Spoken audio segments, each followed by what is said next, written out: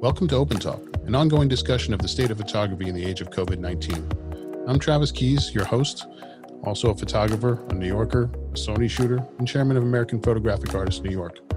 Each week I'll be joined by a diverse panel to talk about where we came from, where we're at, and where we may be going. We do these broadcasts live so you can participate and ask questions. Hello, good evening, and welcome to Open Talk, episode 11. And we got a special one tonight. We're going to dive straight into it because I got two great guests, Neil Kremer and Cory Johnson. And hello, gentlemen. How are you this evening? Great. Good, how are you? How are you? You guys there? There you are. Fantastic. Like, oh, we're doomed. It's already shut down. That's it. It's over.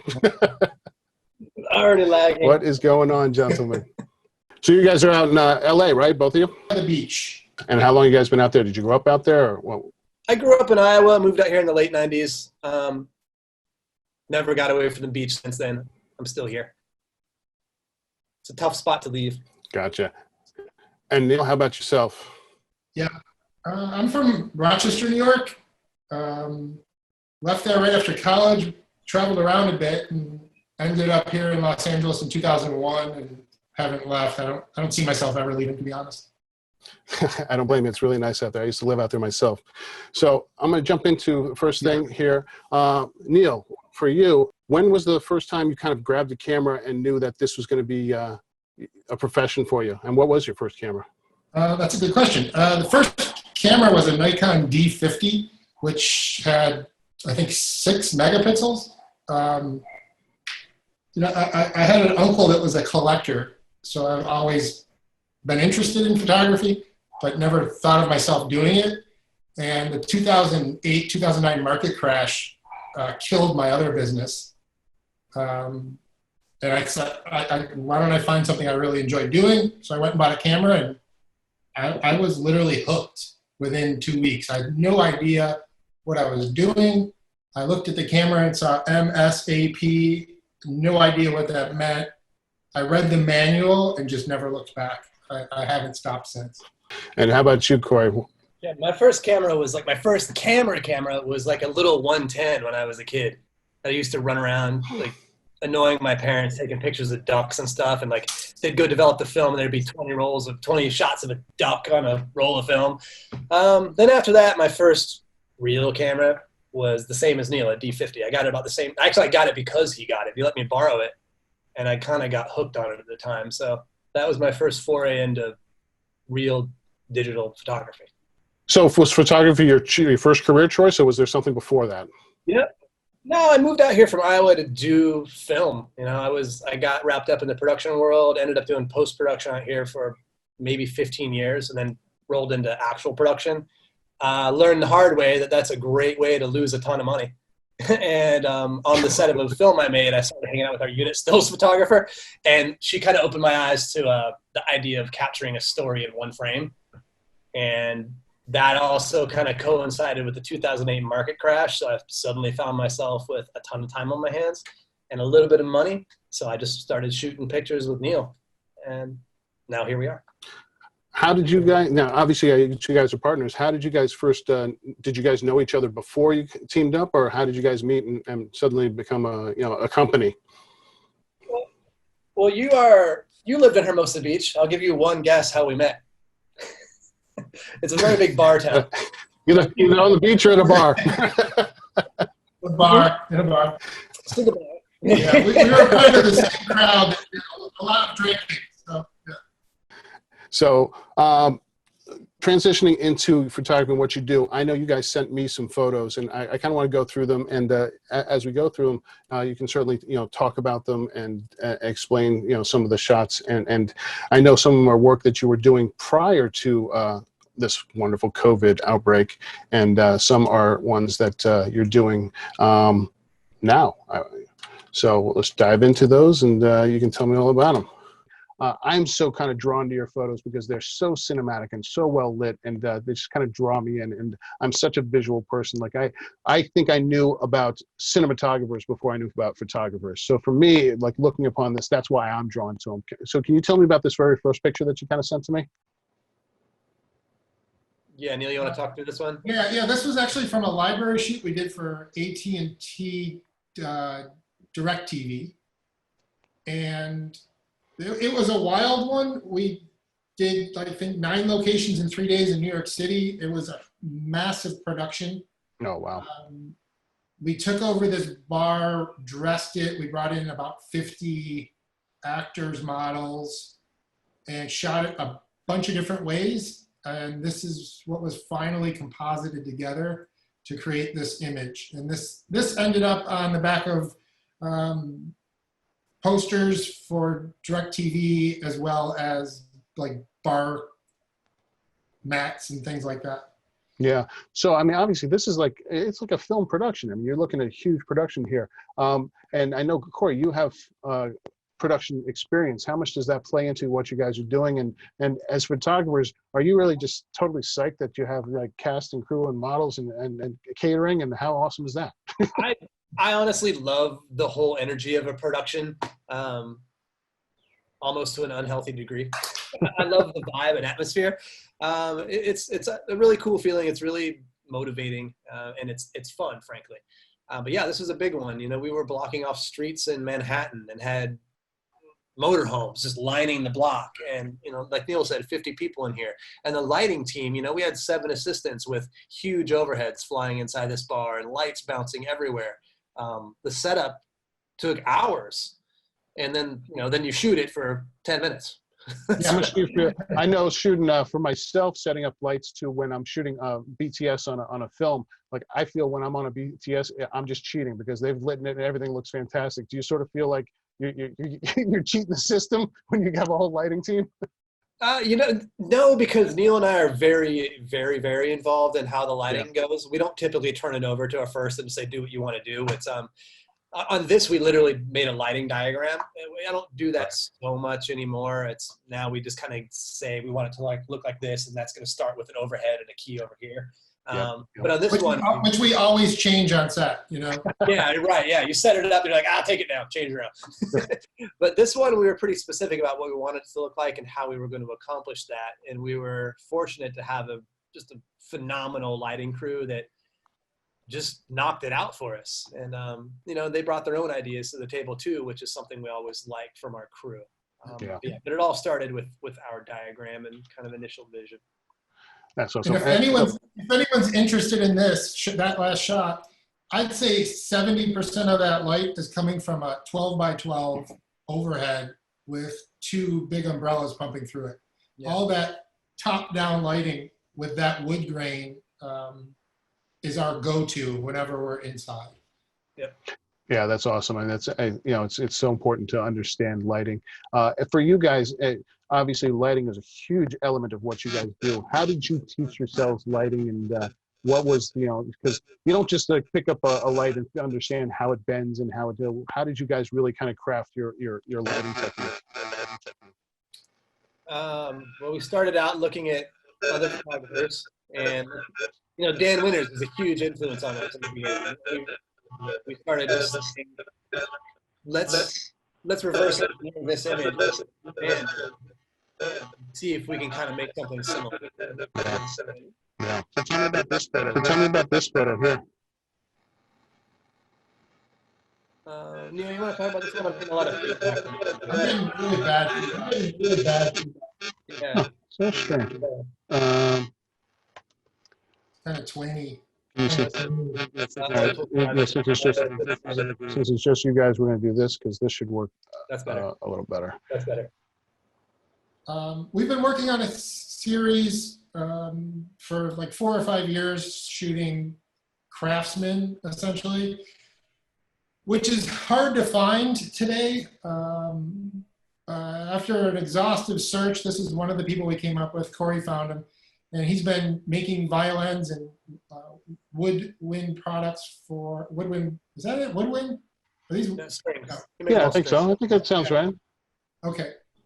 For generations, he's I think a 4th generation from Germany maker. And we approached him and said, hey, can we have a few hours of your time to light this? We'll take a few photos and send them to you. They said, absolutely. We probably took a good half hour to light this. He did exactly what we directed him to do. and this is the resulting image. This is Beautiful.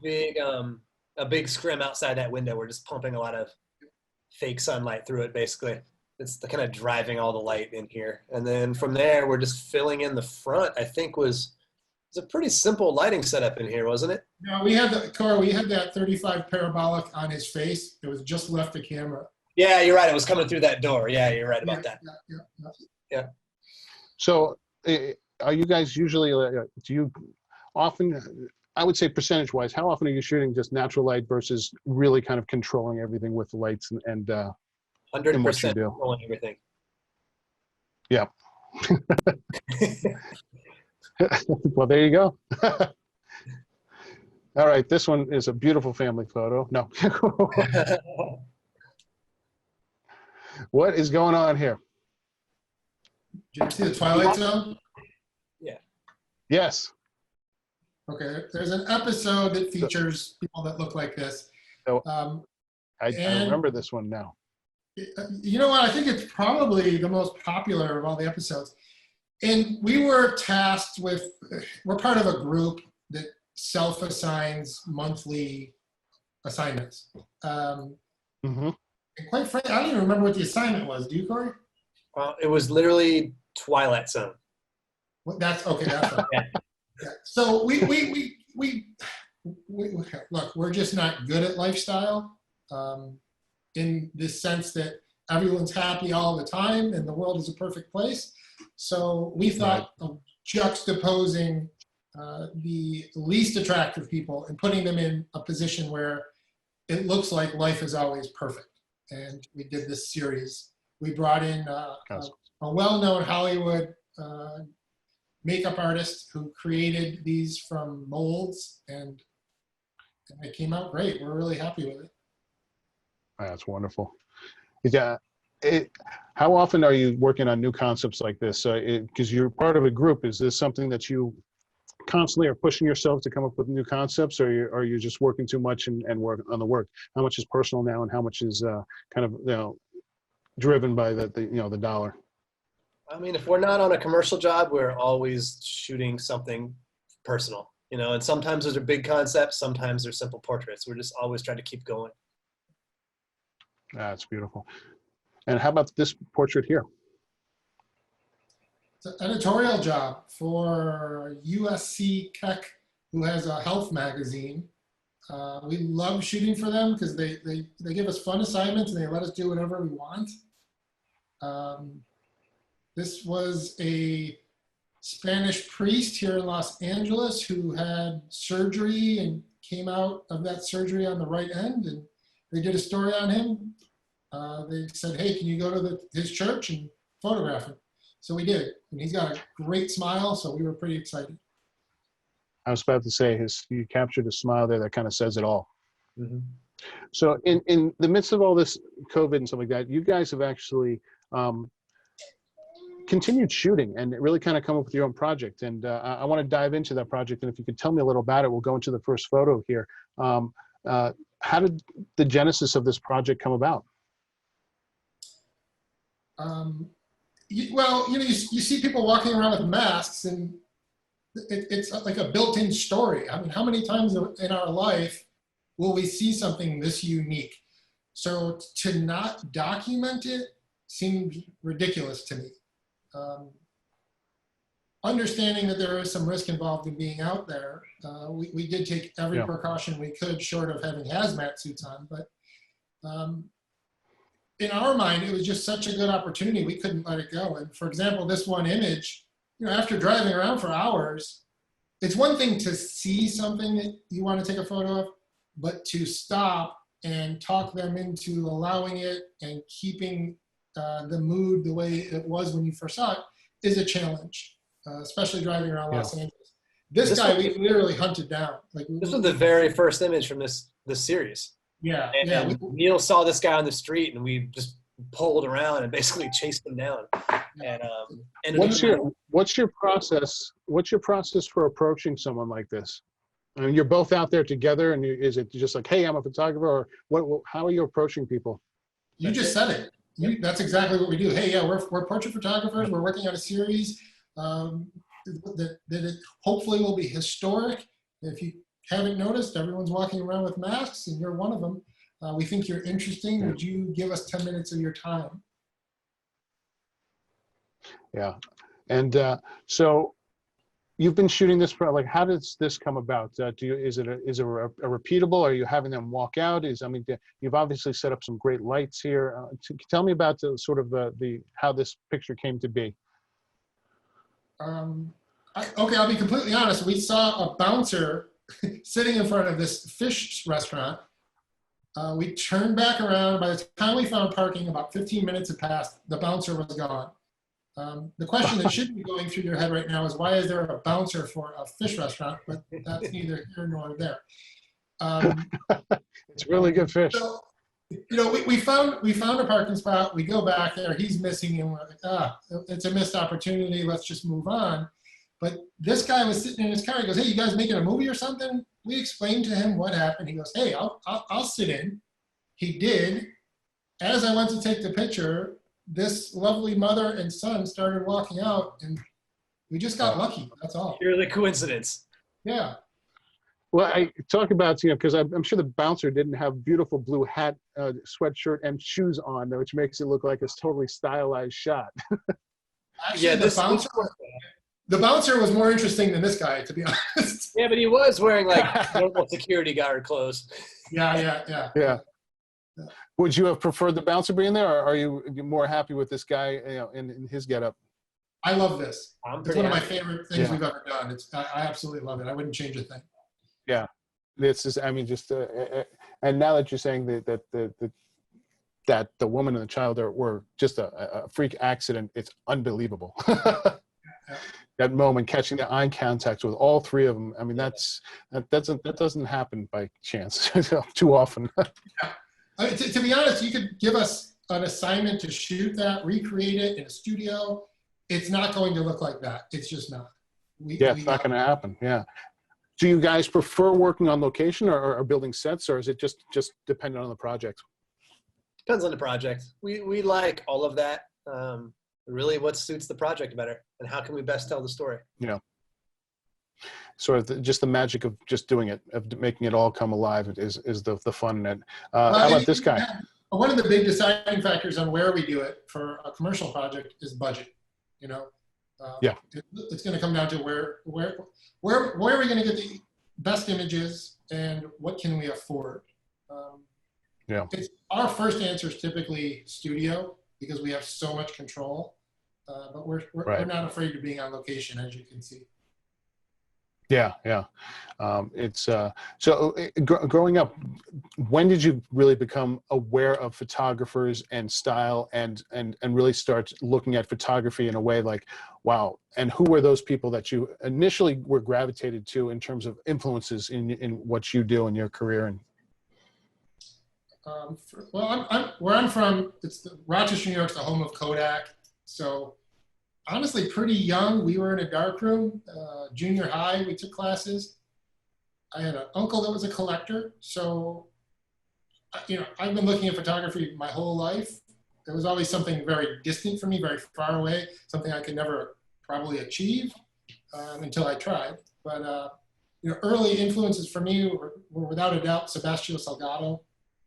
Margaret Burke White is one of my all-time favorites.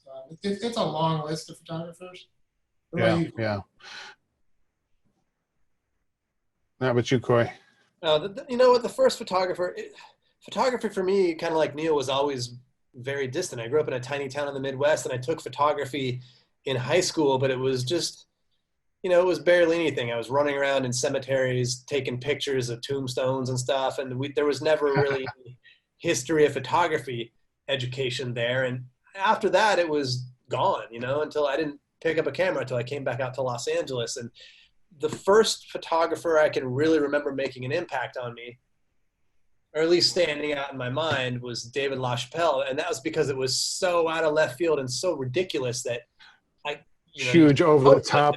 Yeah. And it's not that I wanted to shoot stuff like that, but it's the first time I really realized that you can do some pretty crazy stuff with the camera. And then from there, you just go into the classics, and then you find people that are more contemporary, like Dan Winters and you know, Art Stryber. You know, we like Art's work a lot. Yeah. You know, the list goes on and on and on, from, you know, the old timers to people who are working today. So on a picture like this, what are you using to light up something like this? Because you guys are so in control of your light. It's just 2 lights. It's a key light. So it's backlit for the most part. So he would have been completely black. We had to bring all of the light on him. Left of camera is a 35-inch parabolic with a Einstein in it at pretty much full power. And then right of camera, right behind the bike, is I think we used a really hard source there. I think we used the strip on him because it was kind of windy. We've got this small strip with a grid on it that spreads wider than it probably should, but we really love it as both a key and a fill. On windy days, it's kind of our go-to fill because it just dumps light everywhere, and it doesn't blow away. So, so this next picture is, I mean, it's just awesome. I mean, how did this picture come about? And that, you know, it's just so adorable. It's so cute. It's so this time and the location, the light. Tell me about how this one came to be. It's a park near my house, and we were just passing through, and you know, it's probably 6:45. The light was low, and honestly, there's probably about a 15-minute window where the light kind of hits this spot, and we sort of knew that maybe something would be shootable here, but you know, you'd never know if someone's going to be hanging out there.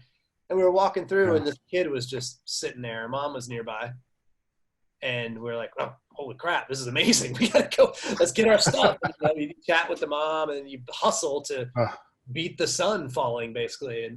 And she just sat there. She literally just sat there and let us do our thing. And, you know, and this is something you knew, like literally just looking at it, we're like, holy shit, if we can get this, this is like. It's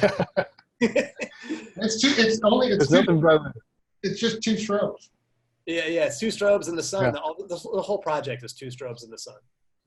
You know, the sun is doing the weight of the light on her, and I think we dumped a strobe down the back wall from the top of those stairs just to open up that back wall a little bit. And this one, you just stumbled upon this guy? That's amazing. Well, Cory stumbled upon him a day earlier, or a couple days earlier. Yeah. I was walking my kid around, like, she's to the point where if I wanted to take a nap, I got to push her around town in a stroller. So I was doing that, and I saw this dude laying. You're familiar with Hermosa. There's like that Pier Plaza there where they built that little clock. And oh, yeah. He's literally laying on that clock in Speedos, just sunning himself, looking like this. I'm like, I walked by, I didn't say anything. I walked by again, I took a picture and sent it to Neil. And he's like, dude, you got to talk to that guy. I'm like, I just rolled up. I'm like, hey, man, this is who I am. This is what I'm doing. What do you think? And he looked at me like I was just insane. So then I whipped out the phone. I'm like, look, here's some pictures. I'm not some random dude. Do you find that usually helps if you can just show them other work? Is that sort of the method you know, we don't take, normally do that, but on this guy I did because I thought it would help. Because the look on his face was just like, why are you bothering me? What do you? And how much time do you usually spend, say, on a picture like this, working with someone to get a shot like this? 5-10 minutes. 5-10 minutes. Yeah. And what's crazy? The photo we use is go ahead. The photos we use are usually from the first 5 to 10 that we shoot. Yeah. So theoretically, we could have done all of these in a matter of seconds. Yeah. Because, you know, you shoot more than 5 frames and people start like posing and stuff. Yeah. You lose the authenticity. Yeah. Like my goal is to shoot. My goal is to shoot them while they think I'm setting up. Like I don't want them to think. Yeah. Yep. So when I saw this picture, not only I love the composition and the railing and all that, but I looked at it and all the times I've been at that skate park, I never like looked at it and go, oh yeah, look at all that sand there. Somebody has to get that out at some point. How do they do it? A dialogue went on in my head. Just seeing all the sand there. I'm like, wait a minute. I don't remember seeing it like that. People from skating, and then it's funny because some random like onlooker literally asked us that. He's like, how are they gonna deal with all this sand? Because the whole bowl is just, that's a light area. The whole other side is just well, that's when you can do the commercial project for Dyson. Exactly.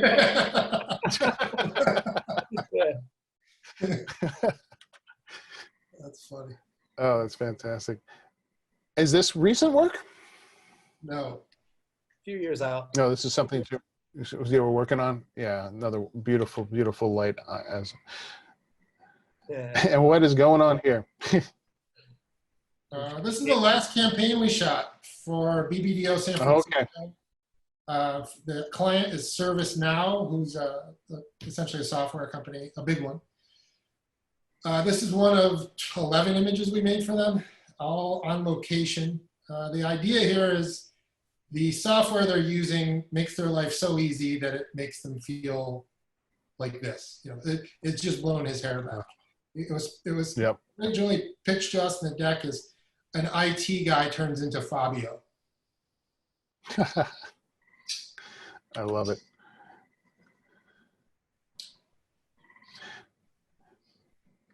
This is great. I mean, what was this for? This is for, believe it or not, a magazine. Again, Okay. USC Tech Health Magazine. He is I don't know, he's got a show on Is it like Lifetime or? Hallmark? I think it was Hallmark. Yeah. But great house. He's got 2 giant Dobermans, and you know, they just let us do whatever we want. So Cory actually had this idea, and we just put it together very quickly. It would literally on the spot. That's I mean, always- a lot of our stuff is like, you look at what's around you and what's in front of you, and it's usually pretty rapid fire. Like, what can we do here? Sometimes you get an idea, sometimes you don't. And this is one of the instances where it kind of worked. That's always the most fun when the talent is just like so trusting of you that they let themselves, like, what do you want to do? I'm game. Have you had someone that really just went out of the way that you're like, that guy was unbelievable, I'd work with him any day of the week? Was there someone that you remember in your past shooting that like that guy was just so awesome, he made our shoot that much more special because he went above and beyond, or she went above and beyond anything we would have asked for them? I mean, I would say there's a lot of those, particularly in commercial jobs, because, you know, those people are, it's their job. You know, they're getting paid fairly well to do it, and they're all because I shoot a lot of celebrities, so you don't usually get that from them sometimes. And certain celebrities are like, yeah, you want me to run through the streets of New York? I'm like, that's awesome. And then other ones like, you got me for 10 minutes and we're done. You know, we're hot and cold on celebrities. Some have been fantastic. Some have been absolutely horrible people to us. But overall, I really believe it's the PR manager that's there is really the problem in most cases. The handlers. The handlers, exactly. And what was this one for? You know, we had this idea to do this. It's kind of a test shoot to sort of test the initial concept of sort of a Norman Rockwell series we were calling The Underdogs, and it was supposed to lead into this exterior kind of conceptual narrative series. So we brought Lily in here, who we had known from another job, just to basically do a test of concept. And we ended up liking the light and the look and the feel of the images so much that we just turned it into a studio series. To answer your question about, is there anyone we've shot that we just loved and kept giving us more and more, she's one of those people. Absolutely, yeah. Oh, I would shoot her anytime, anywhere. She is fantastic. Yeah, it's always fun to collaborate with people like that have total trust with you and so on.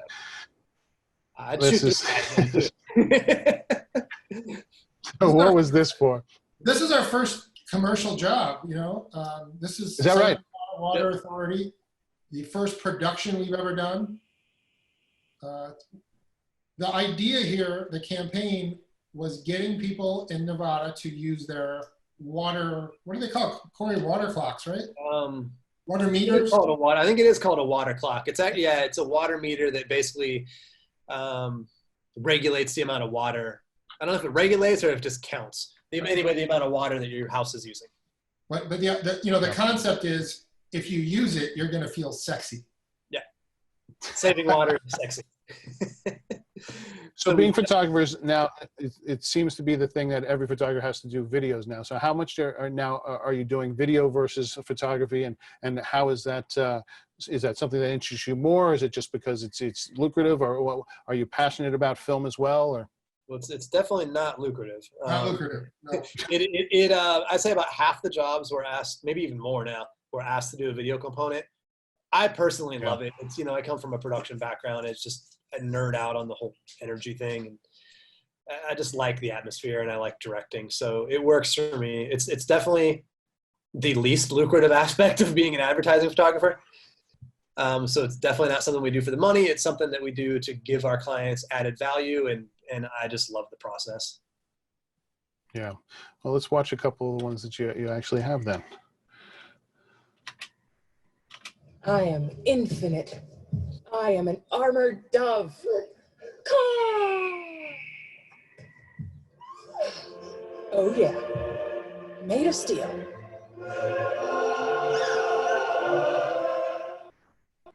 I think I'm just going to be cawing. And did you get a bunch of bulletproof to drink? Oh my God. Neil literally has a pallet of it, probably still at his house. I came home one day and there was a full pellet sitting on my doorstep.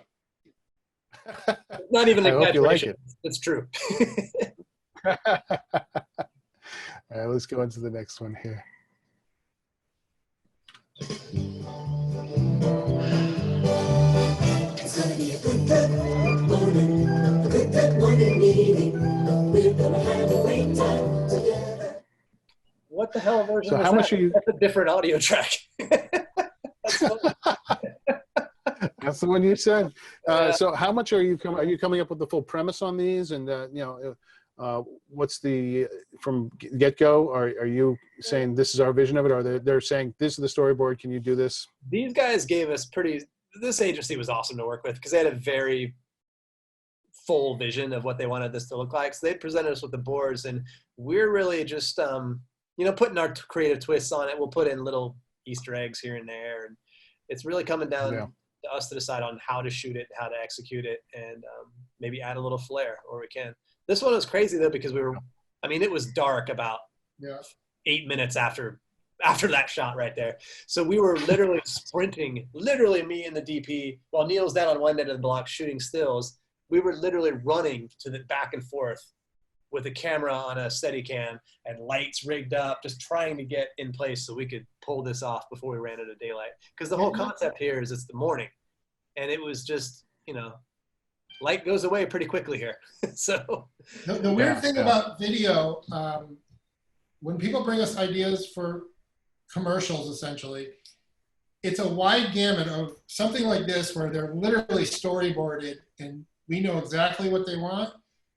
Sometimes they'll just give us words, like literally very, very loose bones, and then ask us to put a treatment together, which shows camera angles, lens choices, location, all of it. They want a color notes treatment. So we're still trying to figure out the best way to approach treatments for video, because you run into. So the last picture. One of the things we worry about is stepping on the creative's toes. So. Right. So the last picture I have is, I think, one that you guys obviously didn't take, but you sent to me as a headshot. So why don't we discuss this photo? Or would it be easier just to watch? Would it be easier to watch this first?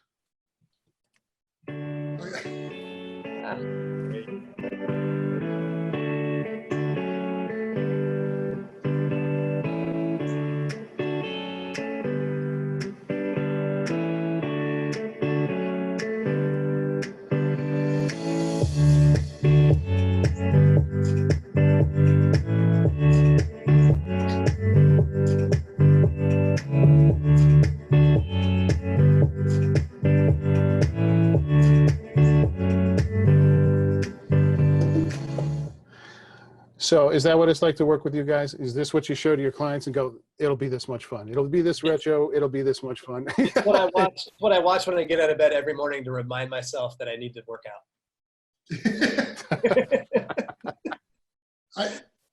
You know what the funnest part of that was shopping for wardrobe and makeup. We spent hours at Western Costume, not really knowing what we were doing. And, we bought big metal gold chains. I had on a ridiculous amount of tanning makeup, barely fit in those shoes. It was fun. A girl named Irina Logra shot it. She's a friend of ours, another photographer. So was this a concept you guys wanted to shoot and you came up with, or? Yeah. Yeah. Absolutely. So we like to keep some, Yeah. you know, on our info page on our website, we like to have fun with the images there because we like, you know, we do it for us. So plus it's kind of fun for people to see that side of us. That actual image came from that self-assigning Instagram photo group that we're part of, though, too. The first assignment was self-portrait. So we thought, hey, here's a perfect chance to update our self-portrait. What was it that drew you to photography and really brought you into the whole world? Was there a mentor? Was there really something that kind of brought you into the whole world of this? For me, as I kind of mentioned, it was literally that experience I had on a film set. I was producing it, and when you're in production, there's a lot of producers on the job, so I didn't really have a lot to do. So I kind of just found myself hanging out with the unit stills photographer, and she was awesome, and she kind of showed me all of her equipment and showed me how she framed things up and was using the light that we built for the film set. And her images were beautiful. And after a couple of days, I realized that she had this innate ability to kind of distill an entire scene down into one frame.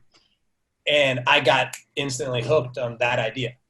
So, you know, when I came back, you know, from the mountains, which is where we were shooting, I just got a camera and started kind of practicing that myself. And that became the drive to tell a story in one single frame has always been kind of the drive for me since then. Yeah. So Cory, there was no formal training. It was all kind of just you found a camera and that was kind of how you dove into it? Found a camera, figured out how to use it, watched a bunch of YouTube, watched a bunch of weird tutorials, went out, made a bunch of horrible errors, and that was it. Just kept learning from that. You know, sometimes we'd find people whose lighting we liked, and then we'd try to reverse engineer it and emulate that. And then, you know, once we kind of had that ironed out, we'd do the same to another photographer and kind of take a little bit from here and a little bit from there and distill it into our own style, I guess. That sort of naturally happened. Yeah. But no one mentor, no serious training, just, yeah. And Neil, for you, was there any formal training, or did you study at all, or was it just the same kind of path? No, exactly the same path, to be honest.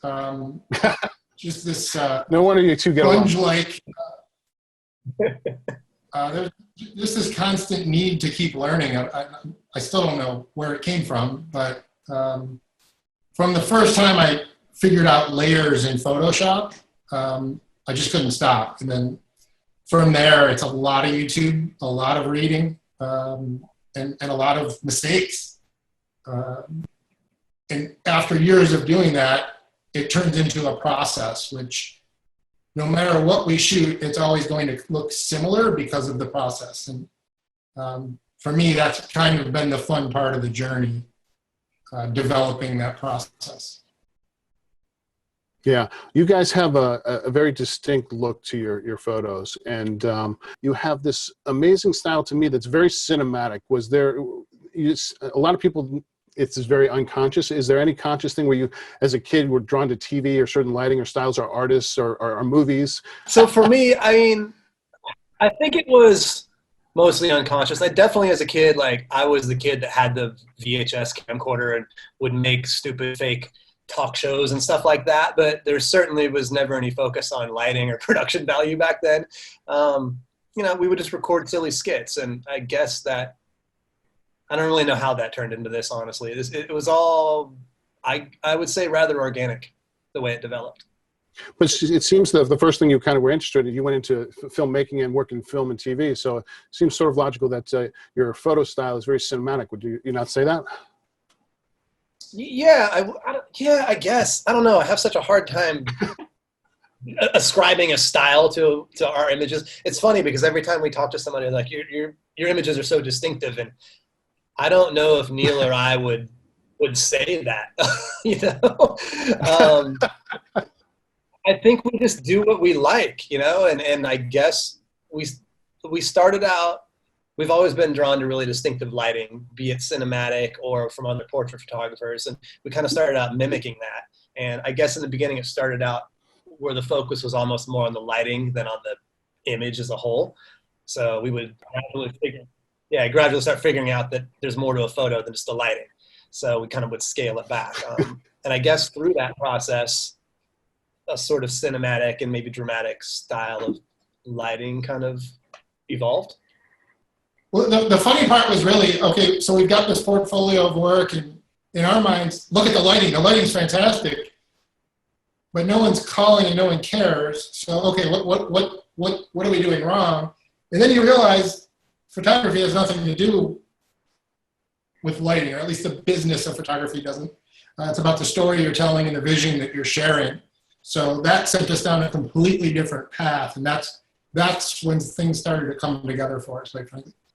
Yeah, I think the meaning of the two is really what kind of made you guys. You understood the lighting, and then you still focus on the story. So I think, you know, from seeing what you guys are shooting, and especially the stuff that you're shooting now, you've went through. What was the last job you did? Pretty much right before you realized this is not just a flu that's going around. There's something more serious to that. Well, there was a job we were about to do that got canceled. Yeah. Our last job was in the last year, and that was a large conceptual shoot on location. You know, a huge crew. We went through 11 concepts. That was the biggest one, and that was releasing right as the current situation kind of was unfolding. And unfortunately, we were also bidding 11 other jobs at the time, and that was a rough week of just watching jobs disappear one after another. So Neil, when what was the first when this really kind of hit the gravity of this? Was it gradual that, like, oh my God, everything's like, you know, this is a pandemic and my life and career has changed, or was it a slow thing, or you're still accepting? What kind of stage are you in right now, Neil, that you know, from like the last 2 months that we've been sort of, you know, putting our heads around this? What was your transition from the day you went, oh, it's not the same, to maybe today? You know, for us, it was pretty obvious immediately. The first job we saw canceled, and then we saw numbers coming in from China, and we saw numbers coming in from Seattle. It was like, okay, this is going to be an issue. All productions are going to close down. And then you freak out, which we did for about 6 weeks. And then we realized there's something to shoot here. Let's use our time wisely and create something that will get us work when it comes back. And now we're at the point where we are looking for ways to move forward safely and make our potential clients comfortable with a production. And that's honestly the biggest challenge for everyone in this business right now. We don't have all of the answers, but we are working on it. And we're eager to get going. Obviously, everyone is. But, you know, mostly we're eager to do it in a safe way and present a way to do that other photographers can't. Yeah.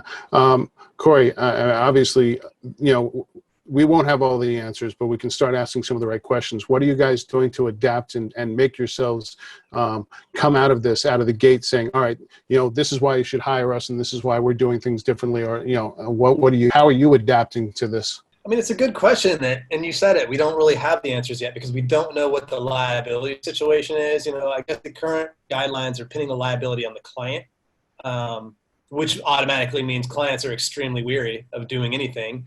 So one strategy we have is possibly to somehow shift that liability to our end, and then take all the all the necessary precautions as far as, you know, swabbing people, monitoring health, having waivers prepared and signed, having an OSHA officer on set, allowing time for intermittent cleaning, disinfecting, all that stuff that frankly everybody should be doing.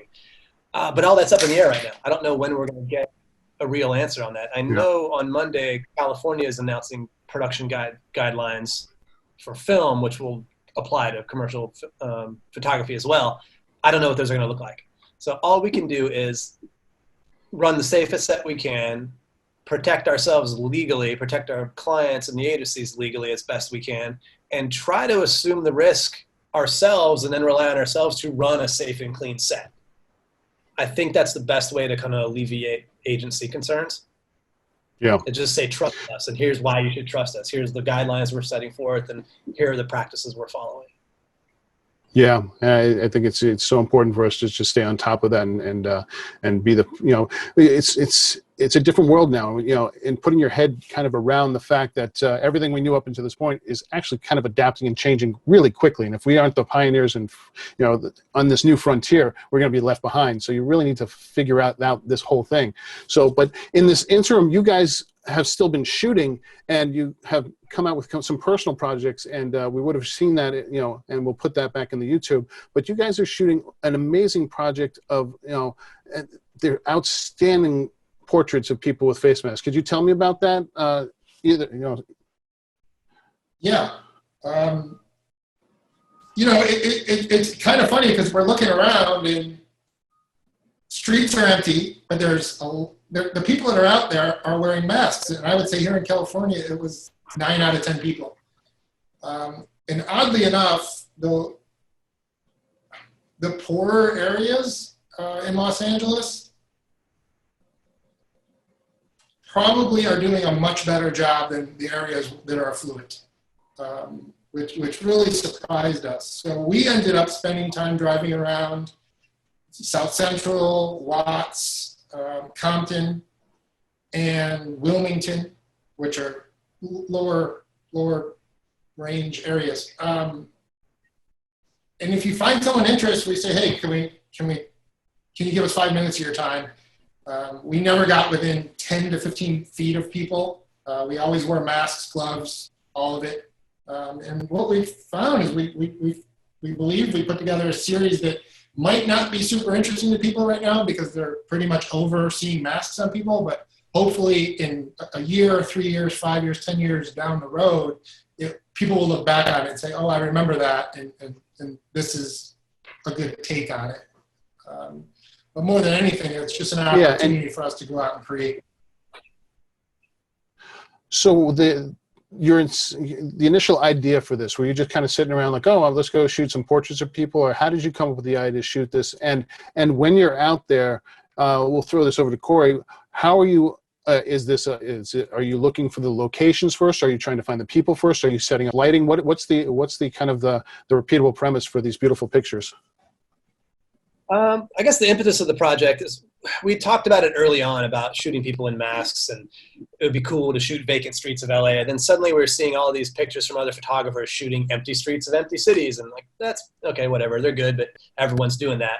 And then suddenly a bunch of people were shooting, I'll call them porch portraits or whatever. And there's some fantastic work out there that people are shooting distance portraits of families on porches or in yards or all that. And it's really great work, but we wanted to do something a little bit different. And our take was, let's make this time capsule of what life in Los Angeles is right now. So that is people on the street in their masks and everyone kind of coming together to do what they have to do to help get us through this. And I kind of wanted to show a little positive angle of that.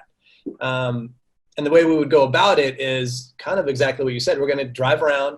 We find a location we like where the light looks, like something we want to shoot. And then we just wait. We'll wait for somebody who's interesting to walk by.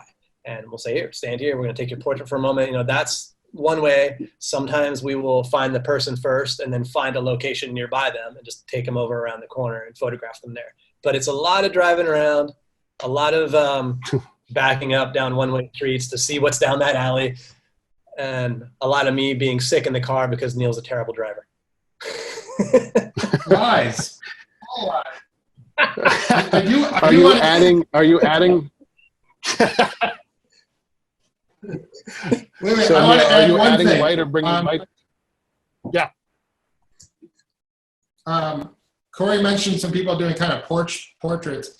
There's one photographer named Will Crooks, Crooks, who we follow on Instagram. And he's doing the same thing, but he's shooting people that are looking at him through their window in their house. And it is fantastic. We both love the series. So I just wanted to mention him. Yeah. I kind of wanted to give the Will Crooks shout out, man. All right.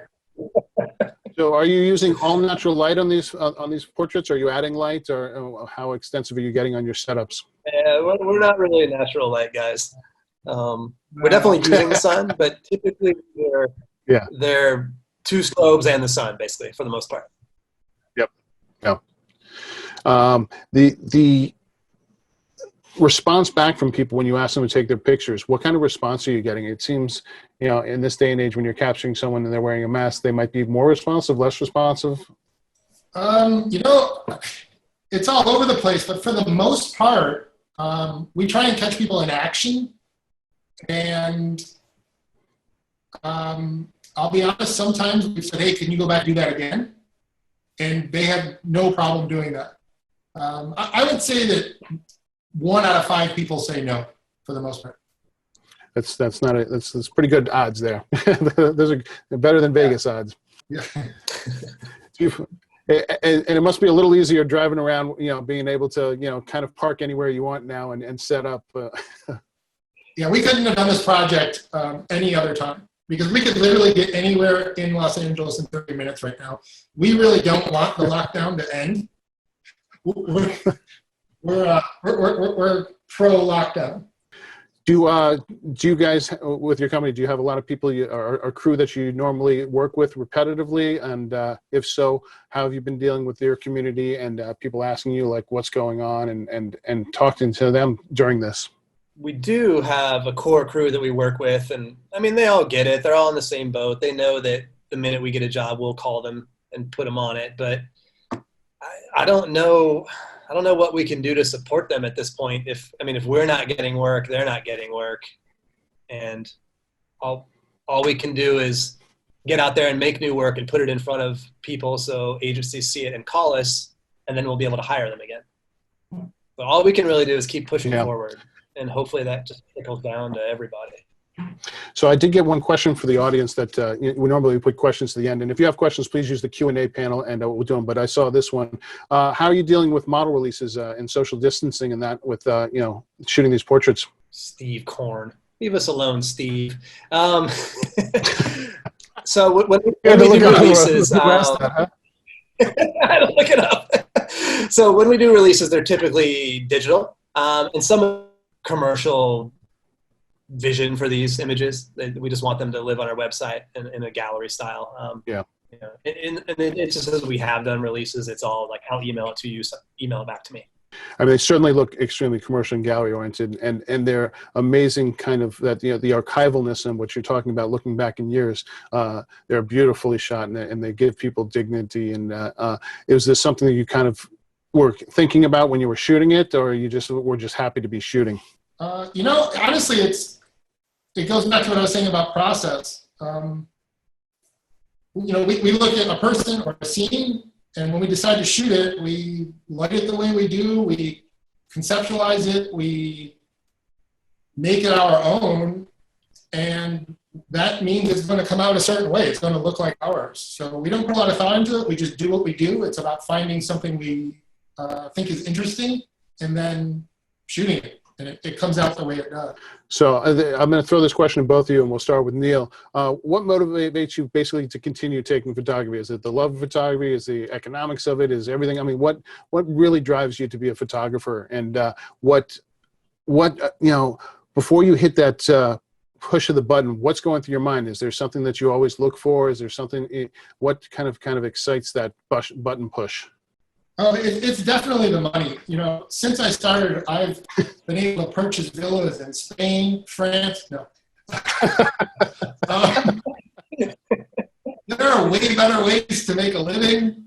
So it's definitely not the money. It's something I love doing. And for me, it's always, I can always see the final image because I'm usually either doing the retouching or managing the retouching. So when we look at a scene, I pretty much know what it's going to look like in the end.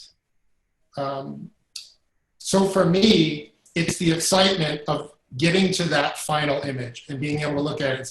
It's almost like a sense of accomplishment, and being able to finalize the vision and show it to someone else is really the only thing that drives me. That's it, nothing else. And for you, Corey? And I guess similar to Neil, I definitely not doing it for the money. Doing it because I love telling a story, and I like driving around town and seeing a location that I enjoy and finding a person to put there and kind of distill their essence into one frame. And I don't so much visualize the the end image as much as Neil does, because like you said, if he's not doing the retouching, he's managing it. So he has that ingrained in him more than I do.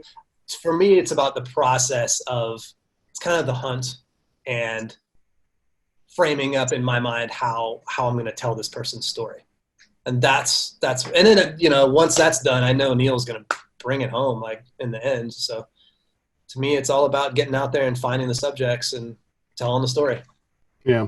In your process of being a photographer and coming across all the people you have, and certainly, you know, the on-set photographer seemed like he was a very big influence for you. Either one of you, we'll start with you, Cory. What was the best piece of advice that someone ever gave you about photography, or that, you know, that you repeat to everyone, or that replays in your mind because it was such a good piece of advice? The best piece of advice I've ever got about art in general, not photography specific, came from a Tom Robbins book, and it was literally one line. And in the book, there's this crazy artist that makes a giant, he turns like an Airstream trailer into a turkey and drives it across the country. And somebody asked him why. And he said, I just made what I wanted to see. That's it. Make what you want to see. That's all I try to do. And it's funny because that's kind of like, in a nutshell, what everybody told us to do when we first started, and we were talking to consultants and stuff, like, just make what you want to, you know, make what you like, make what you like. And we kind of didn't believe it back then. Back then we were sort of going at it as like, well, what's the market need? It doesn't matter. You know, if you're not making what you like, it's going to come across as bullshit. So I try to make what I want to see. And that's what everybody should do. And Neil? Pretty much the same thing. You know, a lot of photographers, a lot of producers told us that. Not only make what you want to see, but have a singular vision. If you want to be marketable, you know, come up with one thing that you do really well. Instead of being a general contractor, be a specific contractor. But ultimately, it has to be something that comes from your heart. It has to be something that you wanted to see. And we, you know, like Cory said, we just did not buy into that. We didn't believe it. About 3 or 4 years in, it became evident that that was true, because everything we were making just looked too commercial and too staged. So, you know, we started just making things for fun, and that's what really resonated with who are now our customers. And every kid or everyone starting who asks me that question, you know, what is the one piece of advice you would give me? It's be good at one thing and do it because you love it and it's something you want to see. If someone was actually daring to become a photographer now, what would be the advice you would give to them? You know, honestly, I would say do not. My advice would be do not get caught up in technology. Don't get caught up in lighting. Find your vision and figure out what you want to say before you do anything else. Because the truth is, if you don't have anything to say in this business, you're not going to go really far. You have to have a unique perspective, and you have to be able to show it. Otherwise, what is the point of it? It's not even art, to be honest, if you're not doing that. So the truth is, today, anybody with a computer can learn all the technical aspects. Anybody who can read can learn how to light. You could go assist for anybody and figure it out. The real challenge is having a voice, a unique voice. So find that voice. That's my advice. Anything you want to add to that, Cory? I'm going to go with Neil's answer there. Here's a big question. With the age of COVID and what we're thinking of the future being, do you think professional photographers with that name, what is a professional photographer, and should it come with, you know, becoming a license or becoming responsible or going through certain things now? How do you mean? Are you talking about safety-wise or?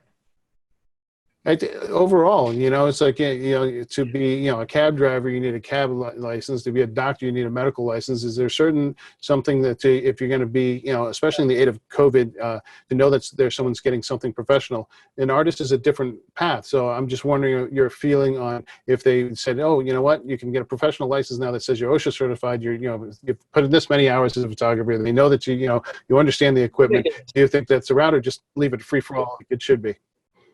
No, like how would you quantify that really? Look, we all have producers that handle all the money and the and the safety protocol. I don't know, man. To think of a license that says I'm a commercial photographer, it just seems ridiculous. Like, what's that mean? What would that look I like? totally agree with you, but I like asking the question. Yeah. Well, you asked the question, what makes you a professional photographer? There's only one answer for that. It's you got paid to do it. Once you get paid, you're a professional. Yeah. That's literally all it. Yeah. My answer is usually you declare it on your taxes. There you go. Yeah. Life like now that you guys have actually been out shooting. So how much like have you kind of had downtime, or did you have downtime or dark periods, or what was your evolution in this whole process of self-quarantining? And did you find new rituals every day? Did you find yourself going to bed early or waking up early or not being able to sleep? What was this period like for you? How has this transition of dealing with this whole closure and this pandemic been for you personally? You know, it's funny because at the very beginning, I got kind of bored. So I found myself like working out in the garage twice a day, and I had to stop one day. I'm like, man, this whole health crisis is going to somehow turn into like the greatest health benefit for me personally, because I got nothing else to do but to work out. And then we started this personal project. We're out driving around for 3 weeks, so now I'm getting fat again. So it's, I mean, the ritual is what you make it, you know. Sometimes if you're home, you hang out with the kid, you work out in the garage, you do whatever. Or if you're on a project, you just dive into that and spend 3 weeks driving around LA for 10 hours a day. My wife had surgery just before this happened. We got lucky that it was a week before the lockdown started, because she literally wouldn't, still to this day, probably have been able to schedule surgery. So for the first 3 weeks or so, I was really taking care of her. And I got bored of that pretty quickly. So we started going out and shooting. And on top of what we've shown you, we've also done about 40 portraits that have nothing to do with COVID. People don't have masks. And we are retouching on those right now. And we're really excited about that series. So we should be releasing that in the next couple weeks. Oh, that's exciting. So have there been dark periods? You both have families, right? So I know, I believe, Cory, you have a child. Neil, do you have a child as well? And I'll start with you, Neil. How has that been with the wife and the family dynamic? Do you find yourself, you say you're both going out shooting now, so maybe you're not spending as much time at home, but are you having a more of a that family dynamic in terms of, oh, now we have dinner together, and now we maybe play more games or watch something on Sunday night together? Has it changed anything? Yeah, it has, because my wife's home all the time now, where before she was gone during the day. And like I said, she had surgery, so I'm taking care of her. It's actually been nice. We've been able to spend a lot of time together when we're not out shooting. Watch a lot of TV. We're able to catch up on all the Netflix and Amazon series that we never had time to watch. I've been cooking a lot. So like I said before, we are pro lockdown. I don't want it to end. It's been nice, to be honest. We're making a lot of work, and it's leisure. You know, I got a 3-year-old daughter. She's like super into me right now. So it's just to be able to, we kind of wrapped up the masks project. I mean, we might be out a few more days, but now I have a couple days of downtime, and it's just all day, every day with my kid. And it's fantastic because she's at such an impressionable age right now. And the stuff she's learning every day is just amazing. And it's just cool to see it. So I'm kind of grateful for all this happening because I get to be here and experience that. So that's pretty much what I'm doing. In terms of the future of photography, how do you think we kind of transition coming out of this? I mean, you have, obviously there's lots of unknowns, but are you getting phone calls? How are you approaching people? Are they approaching you? And how do you feel about the future of photography coming out of this? I'd feel super stoked about it if we were product shooters. We are getting calls and we're getting emails. So far, it's like they'll kind of take you down this road of bidding and doing treatments. And and which is just the standard process. And they just eventually dry up because, of fear on the client end, which is understandable, especially right now where nobody knows where the whole liability kind of lies. So until that sorts itself out, I think we're all going to be sitting around twiddling thumbs and making personal work, and if you could find a way to turn that personal work into potential client work, I think that might be a good short-term solve. That's just for the types of photographers we are. If we were CGI guys and could build a whole environment and then shoot a person in a studio by ourselves, that's a whole different avenue. If we were product people, that's another avenue. So it really varies. It really depends on the market, I think. So I have several questions from the audience here, and I'll start with you, Neil. How did you guys break into the commercial industry? And the second question is so similar. What advice would you have for someone trying to break into editorial photography and commercial photography? Because they're kind of combined. We put together a portfolio and started showing it around to whoever would see it, and then realized we had no idea what we were doing. So we hired someone to help us with the portfolio. And then we hired someone to help us with marketing, which turned into a good friend. And she gave us great advice because she was a pretty big agent or rep, whatever we're calling it today. And she led us down a path which allowed us to singularize our vision, hone it in, and then she taught us how to get it in front of the right people, which means sending out a lot of emails, a lot of mailers, knocking on doors, and then, of course, source books, all of those things that you pay money for, kind of pay-to-play advertising. And then just out of nowhere, honestly, the emails started coming in. Did you have a relationship with her prior, or it's someone that you found and had cultivated a relationship with? We went to a pay-to-play portfolio review, and a really well-known photographer who's incredibly nice answered some of our questions, and he said, "Hey, you know what? You should call this person." Oh, wow.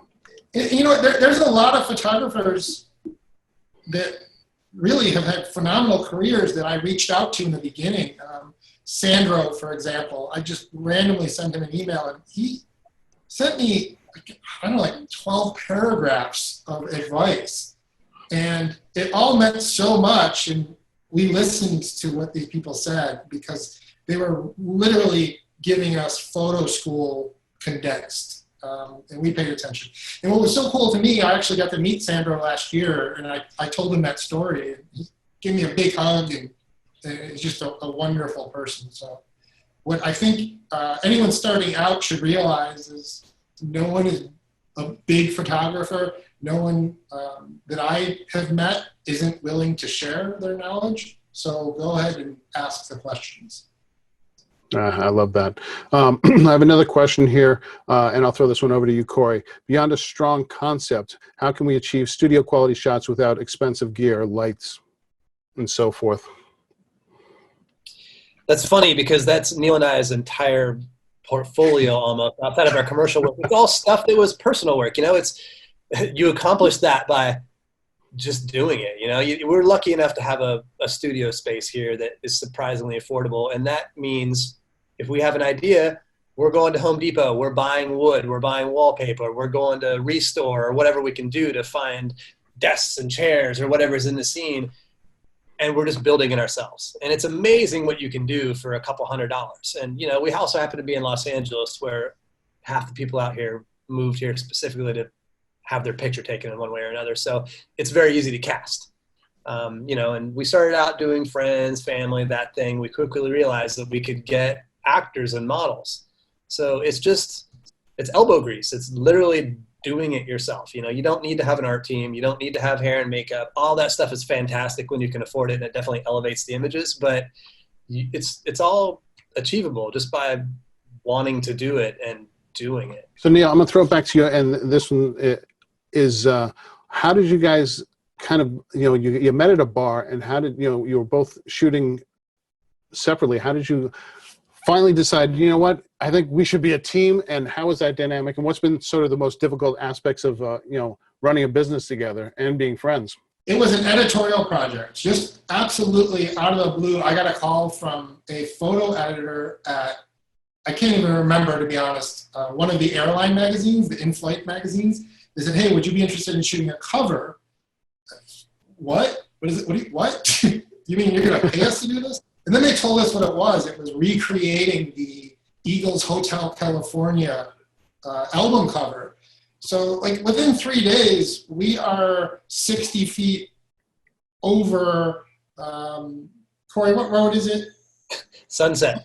Sunset, yeah, over Sunset with traffic going under us, and we're shooting the hotel. And We're on like a scissor lift in the air. yeah. And we're like, is it always going to be this cool? Because if it is, we're in. Like, this is what we want to do. And we just never looked back. Luckily, the phone hasn't stopped ringing. I mean, I'm not going to say it rings every day. It certainly doesn't. But we've always had something going on. And as far as a partnership, I don't know. I mean, Corey's super easy to get along with. We trust each other with money. I think that's the biggest part. Like, I've never once concerned Corey's going to take a penny from me, and I think he feels the same way. And as far as who does what, it's really always a conversation. We argue a lot, but in the end, it's better to have two heads than one, is what we believe strongly. So. Has there been a certain project where you both thought so differently on, and one had to concede to the other and either said, you're right, or you totally blew it? All the time. Yeah. I don't think there's been one that was like completely disparate opinions, though. Like there's not a thing that goes by that we don't bicker at least a little bit on. But Yeah. I don't think we've come at anything where we were totally opposite ends on it, have we? Magritte. No, I wasn't on opposite ends of that. I just didn't buy into it initially. Yeah. I was just like, that one I was willing to do because like you were into it. Yeah. I'm like, all right, well, screw it. Neil wants to do it. I can at least support him and do it. And then I kind of started seeing where you were going with it, and I got into it. But I didn't not like it. I just didn't feel it initially. So there Was you there go. a certain We get project? along all the time.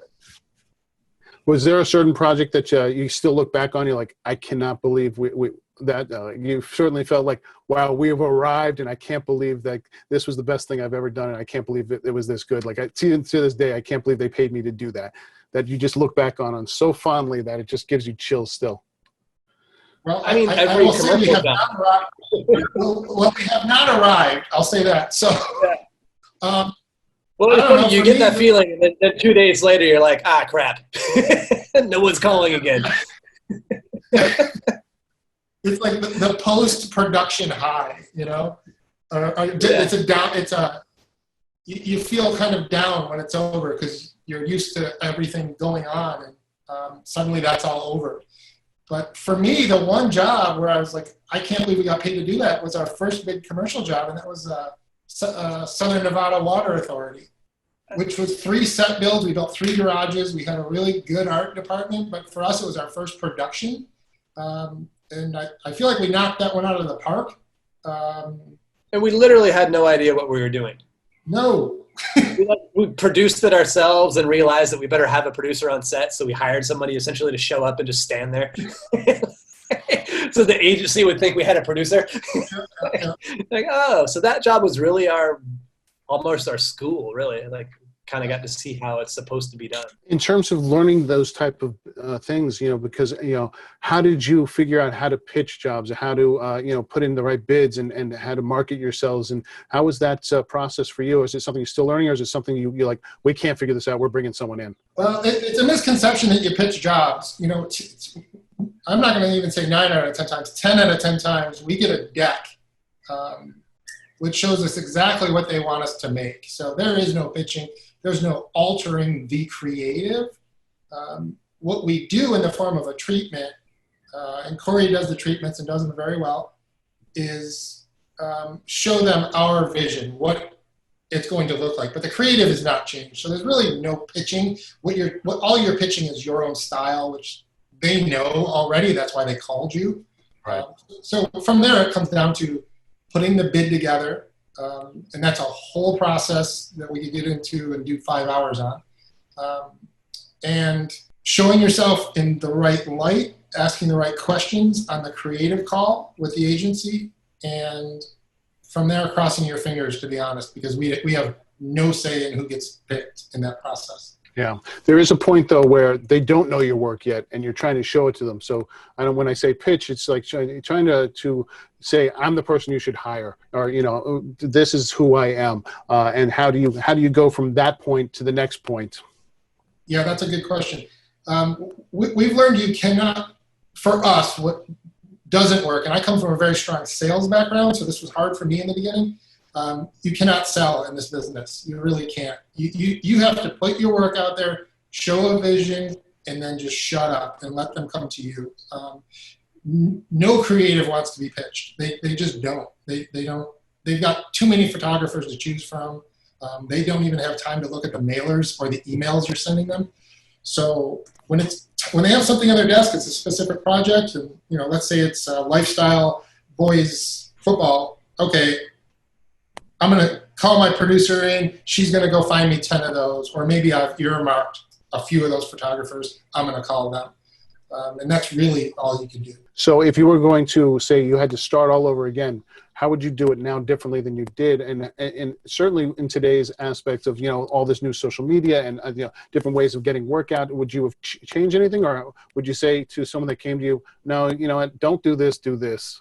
I think we had to do it the way we did. Wouldn't you agree, Neil? Like, we wouldn't get where we are, not professionally, but creatively, if we went about it more systematically. I think everyone just has to go through it. You have to start out doing what you feel is right for you at the time, and then evolve from there.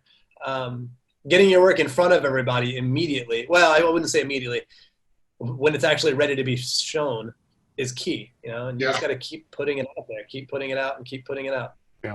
Do not discount the power of social media. I would say, rough guess, 70% of our business has come from what I call social media, places like Behance and Instagram. There's a lot of websites out there that art directors are looking at because they're artists to begin with. That's why they have that job.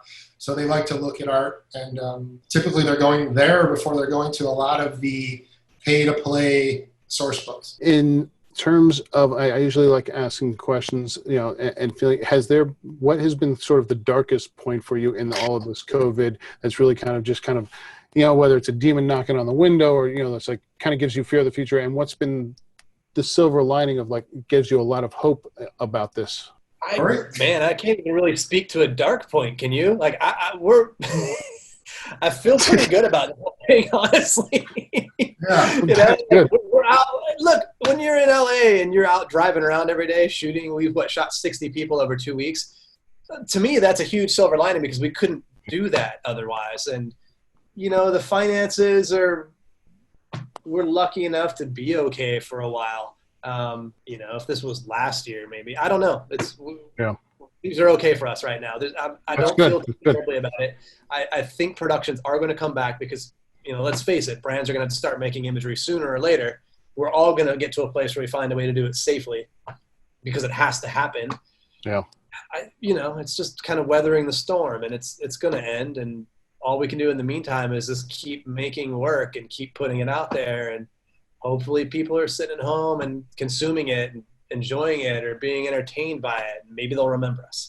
So what kind of advice would you give to someone that's maybe, having that little block and in terms of coming out with doing something right now that could help them coming out of this? Pick up your camera, get in your car, and drive somewhere and use it. Doesn't get any better than that. So now I'm going to do something new with you guys, and we're going to go I'm going to do Neil first, and we're going to do kind of close out the show with 10 speed round questions. They can just be the first train of thought, nothing too wild or crazy, and just sort of what's off the top of the head. So Neil, we'll start with you on a scale of 1 to 10. How weird are you? 8. 8. Okay, that's good. What camera do you use? A Nikon D850. Do you have reliable transportation? Yes. What do you do to make a subject smile when you're shooting them? I laugh at them. What's your biggest pet peeve question? What camera do you use?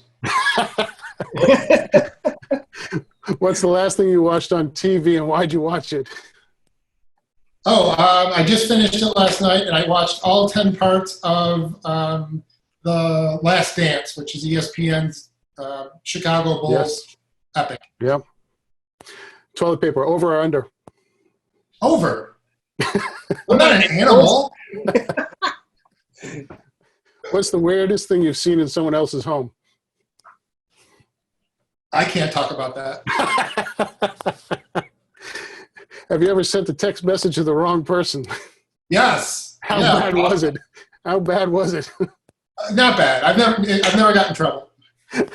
All right, Cory, we're going with you. Are you ready? I'm ready. How much would you pay a hacker that threatened to release your browsing history to your friends and family? How much would I pay a hacker to do it? To not release it. Oh, yeah, whatever. Just go ahead and release it. Yeah. They all know how weird I am. What sport do you think would be the funniest to add a mandatory drinking amount to? Football. Football. If you could replace all the grass in the world with something else, what would you replace it with? Carpet, shag carpet. What is something you would refuse to share with someone else? A milkshake. If animals could talk, who do you think would be the rudest animal? Oh, man. My jackass giant dog over here. In 40 years, what do you think some people will find the most nostalgic thing they pine for? An iPhone. It's going to turn into something else. And they're going to want it. What TV family is most like your own? Dude, I don't watch TV. I don't know. I don't even know what a TV family is these days. All right, look around your room. If you had to pick one weapon in that room right now for the zombie apocalypse, what are you grabbing?